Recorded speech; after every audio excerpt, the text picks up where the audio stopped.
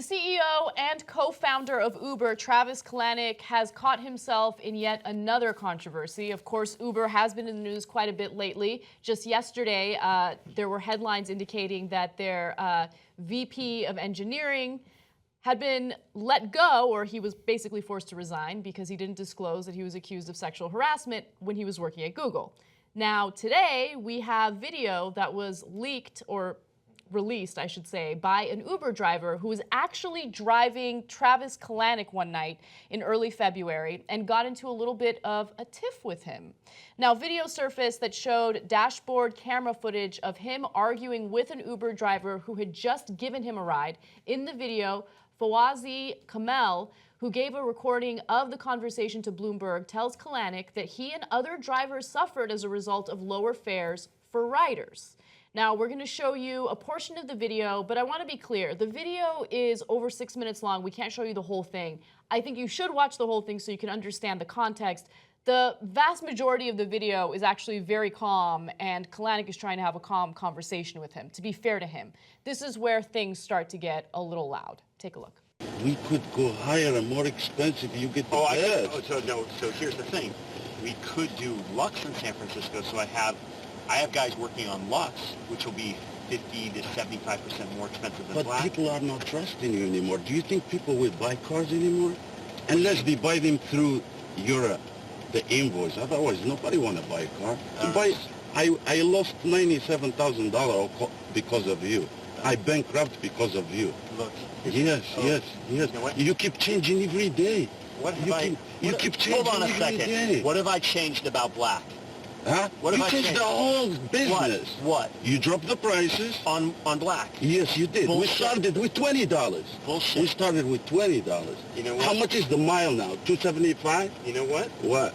Some people don't like to take responsibility for I their own take shit. responsibility. They blame everything But in why their you life on sending an somebody email else. for town card? Good luck. Good luck to you too, but I know you don't gonna go far.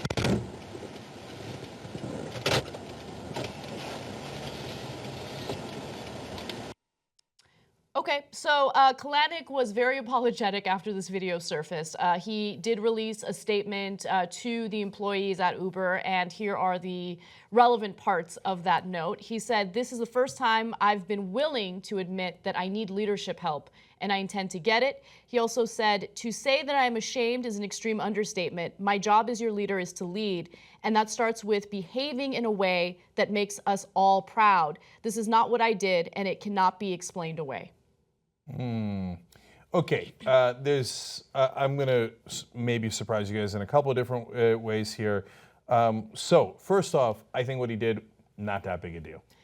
Do you agree or disagree? I agree, actually. So I watched the full video, which again, I think you all should do. We'll put the link in the description box. Right, and look, I think in the beginning, he was trying to do his best to explain whatever business model changes Uber decided to make, and he was trying to have like a cordial discussion with him, and then, you know, they started getting loud with one another, and to be honest with you, I think most people in that situation would probably react the way that Kalanick did. I don't know, maybe that's coming from me, and maybe I'm biased because I also tend to get very fiery when I'm getting into discussions like that, right? I don't think that he really disrespected him. And also, I mean, the claim that the guy lost $97,000 and went bankrupt because of Uber, I don't know. Maybe there's some credibility to that, but I'm not necessarily buying it. Yeah, no. I mean, I hate to say it, but I'm not with the driver in almost anything here. Number one, that was not that loud. All the headlines make it seem like he was like ripping his head off. They got a little testy at the end. So, second of all, I actually agree with Kalanick that personal responsibility. Now, guys, before you flip out, I get it. Uber does not have health insurance and all those other things. We do, for example, here at TYT. But it's a different business.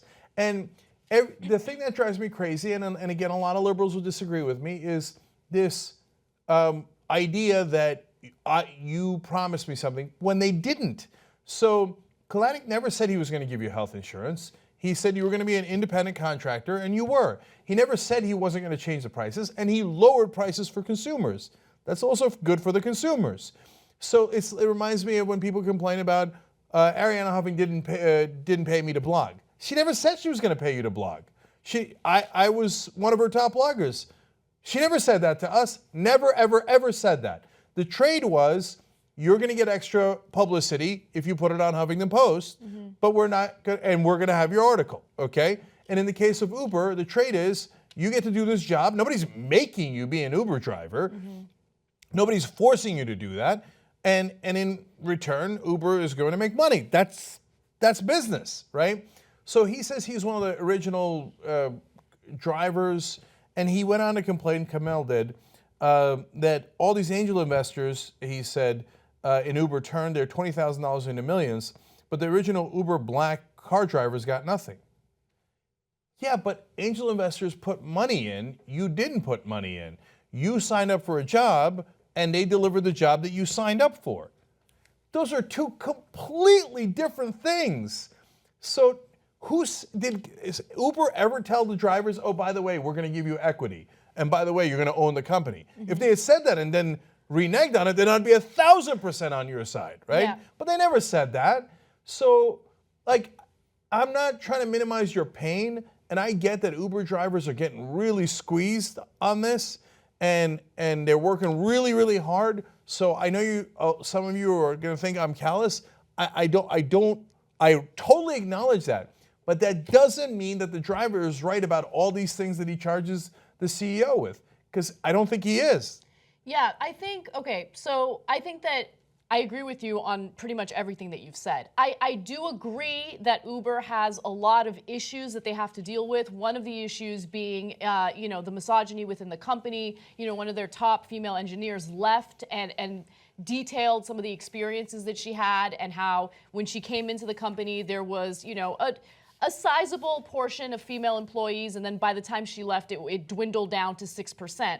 So that's a serious issue that should be dealt with. And I think that in a free marketplace, you're going to have this issue where Uber is going to have competition. They're going to mess around with their prices and their business model in order to be part of this competitive market. And yeah, it's going to impact their drivers. And it's up to you to decide whether or not you want to drive for this company, or maybe you want to go drive for Lyft or another ride-sharing company.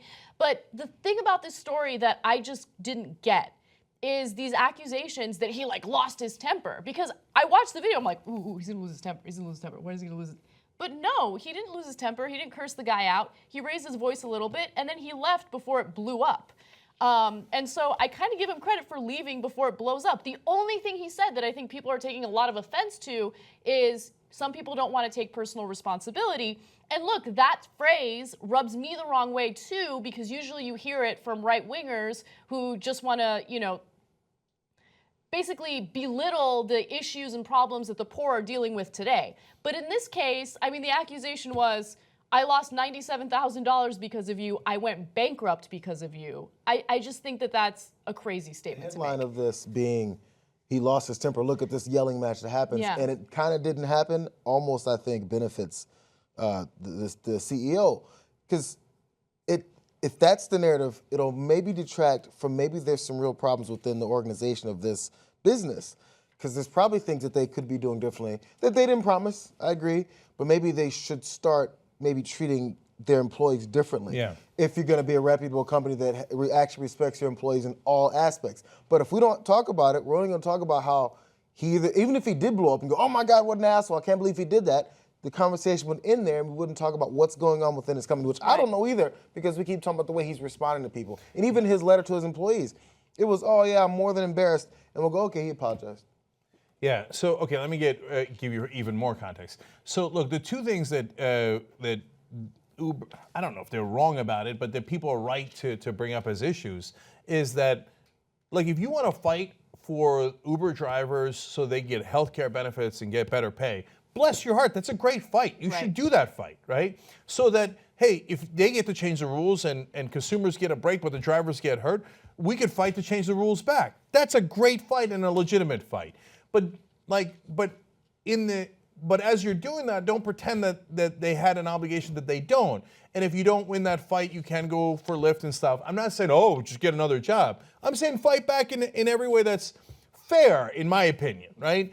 And then the second thing is, of course, the sexual harassment allegations are terrible, And there he came out super aggressively as well to try to fix it. He had a meeting with 100 of the female workers at Uber, and then he said, I empathize with you, but I can never fully understand, and I get that, and I want to root out the injustice. Now, look, is some of that done for damage control? Of course you're going to do that if you've had those issues, right?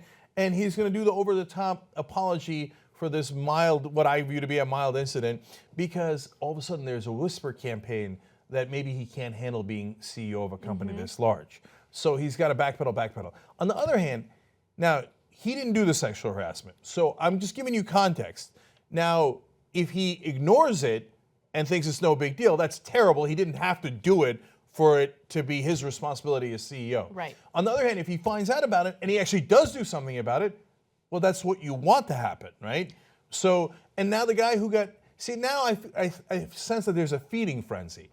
And remember how the thing we don't know here outside of the Valley is that in the Valley, there's tremendous envy and bitterness and jealousy towards Uber because it's now a $69 billion company. Right. Oh, they're so hurt if they didn't get into that deal or if they're their competitors or et cetera. So they're just picking at him. And so the guy built up a $69 billion. Okay, and by the way, he's a Trump supporter, and he was on Trump's, or he was on Trump's. I don't know if he's a Trump supporter. Yeah. But he was going to help Trump with his economic team, and so people are mad at him for that too. And you know me, I can't stand Trump. Right. But let's be fair here. And so, finally, the guy that they just fired, he did sexual harassment at Alphabet, formerly known as Google. Right?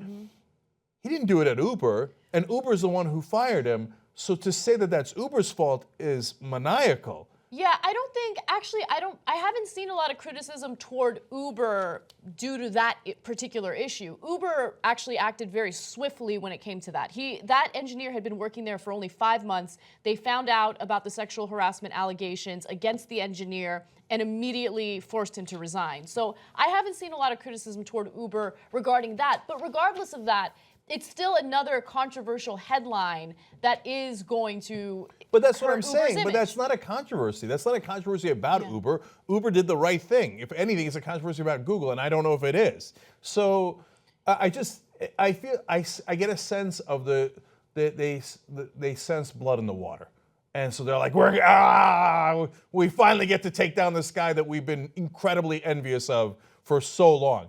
And maybe I'm wrong about that, and I'm certainly not saying that about the Uber drivers. The Uber drivers have nothing to do with it. I'm talking about the people who are writing all these stories, the people in the Valley who are constantly like, oh, what did Uber do today? Oh, okay, Uber was not nice to a pedestrian. Every day there's a new story about Uber. So, and some of it makes sense, and some of them don't make any sense at all.